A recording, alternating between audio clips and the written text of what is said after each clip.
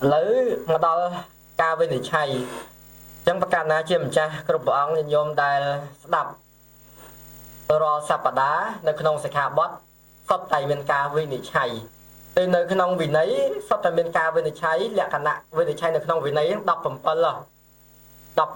មាននិទានបុគ្គលវត្ថុបញ្ញត្តិអនតិវិបត្តិអង្គសមុទ្ឋានកិរិយាសញ្ញាចិត្តជាដើមទាំងអស់17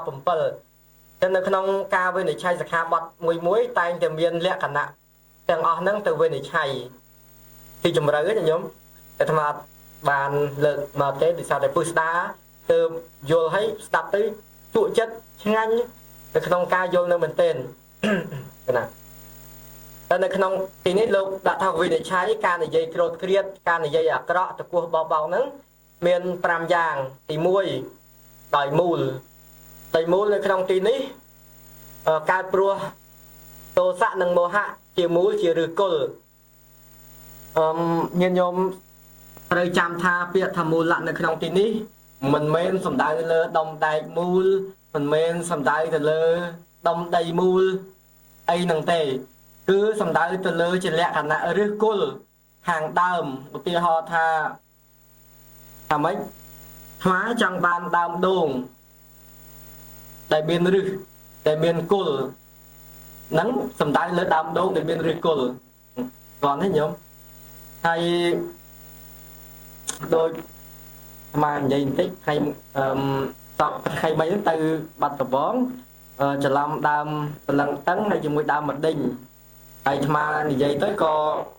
ប៉ុន្តែលោកម្ចាស់មួយអង្គទៀតលោកយល់ពីចិត្តរបស់អាត្មាចង់សម្ដៅដល់ដើមអីអញ្ចឹងលោកយល់ពីឫសគល់អ្វីដែលអាត្មាចង់និយាយអញ្ចឹងនៅក្នុងន័យហ្នឹងដែរណានៅក្នុងនេះខាងដើមទី1មូលៈឬគល់គឺថាកំណើតដំបូងដើមរបស់វាហ្នឹងបានដល់ទោសៈនិងមោហៈជាមួយជាឬគល់ហ្នឹងកំណើតក៏បានដែរហើយនៅទី1ទី2ដោយកម្ម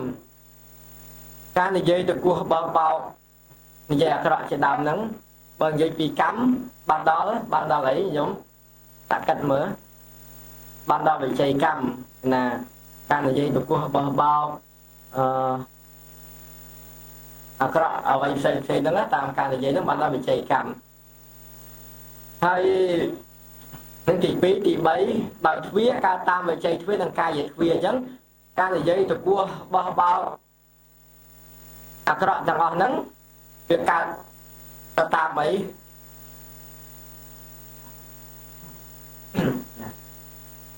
កើតទៅតាមវិជ័យទ្វានិងកាយទ្វាណាអញ្ចឹងតើតែមានវិជ័យទ្វានិងកាយទ្វាទៅវិជ័យកម្មហ្នឹងវាអាចសម្រេចទៅបានតើនេះណាបើតន់ស្មានអនុមោទនីបើមិនតន់អាចសួរបាន